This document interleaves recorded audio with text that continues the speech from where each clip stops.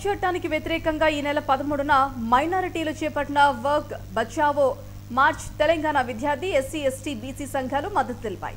Tank bund వద్ద జరిగే ధర్నాకు మద్దతు తెలుపుతున్నట్లుగా కూడా ప్రకటించాయి. ముస్లింల ఆస్తులను అదానీ అంబానీలకు దారదత్తం చేయాలని కేంద్రం కుట్ర చేస్తుందని గిరిజన శక్తి రాష్ట్ర అధ్యక్షులు డాక్టర్ వెంకటేష్ చౌహాన్ తెలిపారు. మత స్వేచ్ఛను హరిస్తూ ముస్లింల భూములను లాక్కుంటున్నారని మండిపడ్డారు. చట్టాన్ని రద్దు చేసే వరకు పోరాటం ఆగదని హెచ్చరించారు.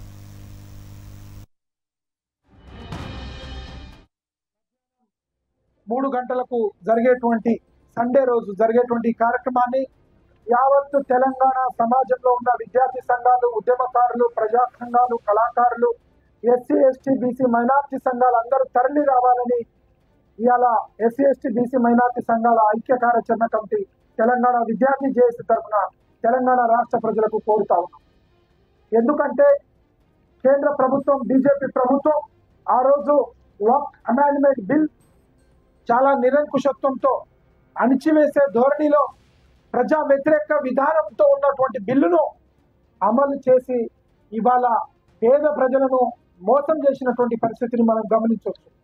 అందుకోసమే ఏదైతే వక్ఫ్ బచావ్ మార్చ్ రాజ్యాంగ వ్యతిరేకమైన వక్ఫ్ బిల్లుకు వ్యతిరేకంగా శాంతియుత నిరసనలో తెలంగాణ సమాజం అందరూ పాల్గొనాలని కోరుతా ఉన్నాం. ఏప్రిల్ 13న మధ్యాహ్నం 3 గంటలకు జరిగేటువంటి సండే రోజు జరిగేటువంటి కార్యక్రమాన్ని